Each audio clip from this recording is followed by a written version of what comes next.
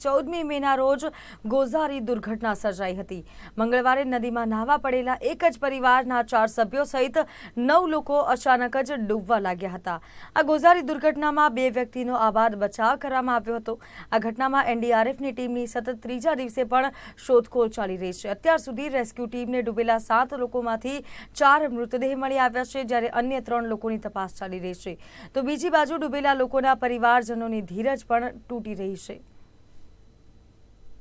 14 મેના રોજ પોઈચા ખાતે 7 લોકો નર્મદા નદીમાં ડૂબી ગયા હતા, જેમાં ગતરોજ 3 અને આજે વધુ એક મૃતદેહ મળી આવ્યો છે। સતત 3 દિવસના સર્ચ ઓપરેશન કરી રહેલ ટીમોને વધુ એક સફળતા મળી છે। કુલ 7 વ્યક્તિઓ ડૂબ્યા હતા, જેમાં આજ રોજ નંદેરિયા ગામ નજીક નદીમાંથી વધુ એક મૃતદેહ મળી આવ્યો છે, જેની સાથે 4 મૃતદેહ અત્યાર સુધી મળી ચૂક્યા છે। હજુ 3 મૃતદેહની શોધખોળ યથાવત છે। જેમનો મૃતદેહ મળ્યો છે તે મૈત્રશ ભરતભાઈ બલદાણિયા, જેમની ઉંમર 15 વર્ષ છે, જેઓ કૃષ્ણા પાર્ક સોસાયટી સલિયા હેમડમાં રહે છે। ગતરોજ આખો દિવસ બચાવ ટુકડીઓ દ્વારા સર્ચિંગ બાદ 3 બાળકોના મૃતદેહ મળી આવ્યા હતા અને આજે સવારે અન્ય એક મૃતદેહ મળી આવતા હવે 3 લોકોની શોધખોળ વધુ તેજ કરવામાં આવી છે। મૃતદેહ શોધવામાં જલ્દી સફળતા મળે તે માટે એનડીઆરએફની વધુ એક ટીમ બોલાવવામાં આવી છે। પોઈચા પુલ પાસે એનડીઆરએફની એક ટીમ નર્મદા નદીમાં સતત સર્ચિંગ કરી રહી છે। બીજી ટીમ પોઈચા અને એની આગળ નદીમાં ઊંડાણમાં સર્ચિંગ કરે છે। ભરૂચ, કરજણ, રાજપીપળા અને વડોદરાની ફાયર ફાઇટરોની ટીમ સાથે સ્થાનિક તરવૈયાઓ પણ કામે લાગ્યા છે। તો બીજી બાજુ સ્થાનિક નાવિકોની 4 નાવડીઓ પણ આ સર્ચિંગ ઓપરેશન માટે મદદમાં લેવામાં આવી છે।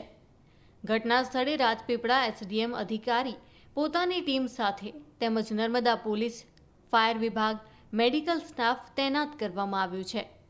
મૃતકોના પરિવારજનો પણ છેલ્લા 3 દિવસથી પોઈચા ખાતે નદીમાં ગરકાવ થયેલા પરિવારજનોની રાહ જોઈ રહ્યા છે। હાલ તો પોઈચા નર્મદા કિનારે બહારથી કોઈ અન્ય પ્રવાસીઓ ના આવે તે માટે પોલીસ દ્વારા બેરિકેડ મૂકી પ્રવાસીઓને રોકવામાં આવ્યા છે અને તેમને પાછા જવા માટેની સૂચના આપવામાં આવી છે। હાલ નર્મદા ડેમના આરબીપીએચ ચાલુ હોવાથી પાણીનો વહેણ સતત વધી રહ્યો છે। મૃતકના પરિવારજનોની મદદ માટે રાજુલાના પીઠાભાઈ નકુમ દ્વારા નર્મદામાં પાણી ઓછું કરવા સરકારને રજૂઆત કરવામાં આવી હતી અને તેમાં તેમને સફળતા મળી છે। ત્યારે આવનારા થોડાક જ કલાકોમાં નર્મદામાં પાણી ઓછું થશે, જેનાથી બચાવ ટુકડીઓને મૃતદેહ શોધવામાં આસાની રહેશે તેવું મૃતકના પરિજનોનું કહેવું છે। આજે સવારના 6:30થી એનડીઆરએફ દ્વારા અને 7 વાગ્યાથી જે આપણે ફાયરની અલગ ટીમો છે એના દ્વારા સર્ચ એન્ડ રેસ્ક્યુની ઓપરેશન્સ ચાલુ છે। એમાં એનડીઆરએફની એક ટીમને સવારના 9:20 જેવી મૈત્રક ભરતભાઈ બલદાણિયા, ઉંમર વર્ષ 15, એમની એક બોડી મળી આવી હતી। બોડીની અહીં કિનારા ઉપર લાવીને હોસ્પિટલ મોકલી આપવામાં આવેલ છે। હજી 3 આપણને જે બોડી છે એનું સર્ચ ઓપરેશન્સ ચાલુ છે। આપણે સઘન પ્રયત્નો કરી રહ્યા છીએ કે જેટલું જલ્દી થઈ શકે એટલી મળી શકે। આપણે એના માટે અત્યારે લગભગ 13 જેટલી બોટ્સ અલગ એનડીઆરએફની, ફાયરની અને લોકલ બોટ્સ એમના દ્વારા પ્રયત્ન કરી રહ્યા છીએ કે તાત્કાલિક આપણને બોડી મળી શકે। ગઈકાલની ટીમો હતી એમાં ગઈકાલે એક સાંજના એનડીઆરએફની એક ટીમ વધારાની બોલાવવામાં આવી હતી, જે અત્યારે સ્ટેશન પોઈચા બ્રિજ પાસે કરવામાં આવેલી છે અને ત્યાંથી એ સર્ચ અલગ વધારે ચલાવી રહ્યા છે। એ સિવાય ફાયરના પણ વધારે માણસો આપણે બોલાવી લીધા છે અને લોકલ માછીમારો છે એમની બોટ્સ 4થી વધારે બોટને આપણે અત્યારે હાલ કાર્યરત કરી છે, જેથી એમાં मानसून जी ने अपने सर्च वगैरह मदद करी सके। सर्च ऑपरेशन हमारा कंटिन्यू है। एसडीएम सर के इंस्ट्रक्शन से हमें बहुत बेनिफिट मिला है। यहाँ पे कल रात को भी यहाँ के लोकल एडमिनिस्ट्रेशन के साथ हमने 9:30 बजे तक सर्च किया। उसके बाद हमने सर्च लाइट से सर्च किया पूरा ऑप्स, और अभी मॉर्निंग में भी सुबह सुबह जब इंस्ट्रक्शंस मिले, एसडीएम सर ने बताया कि जो गड्ढे हैं और जो कटाव है और जो टर्निंग एरिया है मंदिर के, वहीं पे सर्च ज़्यादा करें तो हमें बॉडी मिल सकती है। और वही उसका रिजल्ट ये है कि हमें 9:20 पे हमारी 2 बोट्स ब्रिज के आगे सर्च में लगी हैं और 3 बोट्स वहीं कर्व एरिया में वहाँ से लेकर और ब्रिज तक हमारा कंटिन्यू सर्च जारी।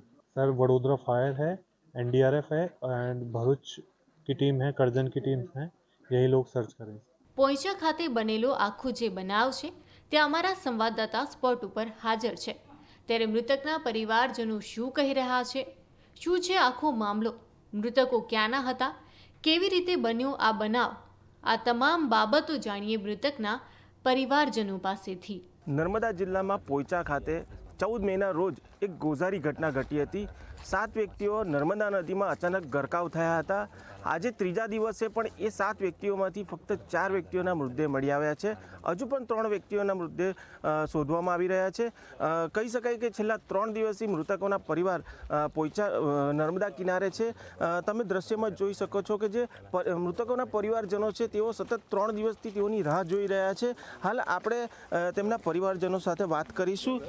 જી કાકા, તમારું નામ શું છે, તમે ક્યાંથી છો અને જે આ ઘટના ઘટી ક્યાંથી આવ્યા હતા અને કેટલા લોકો આવ્યા હતા અને કેવી રીતે આખી ઘટના ઘટી? મારું નામ મનુભાઈ રણછોડભાઈ ખાખભાઈ આહિર. બરાબર. આ લોકો જ્યારે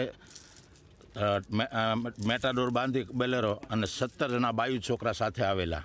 એમાં જેન્ટ્સમાં 2 જ હતા, બાકીની બૈરાઓ હતી અને 6 છોકરા હતા. બરાબર. રાઈટ 12 વાગ્યા એ લોકો અહીંયા નાતા હતા અને 12:15 આ બનાવ બન્યો કે નાતા 6 છોકરા અને જેન્ટ્સ એને બસાવી ગયો એટલે એ બી ગરકાવ થઈ ગયો. બીજો જેન્ટ્સ બસાવી ગયો એ ગરકાવ થઈ ગયો. ત્યાં નાવડીવાળાએ એને ભાળી ગયા એટલે એને બચાવી લીધા. બરાબર.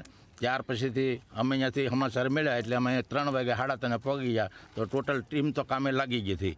નાવડા બધા બંધ હતા. બરાબર. તો પહેલે દિવસે તો અમને કોઈ સફળતા મળી જ નહીં.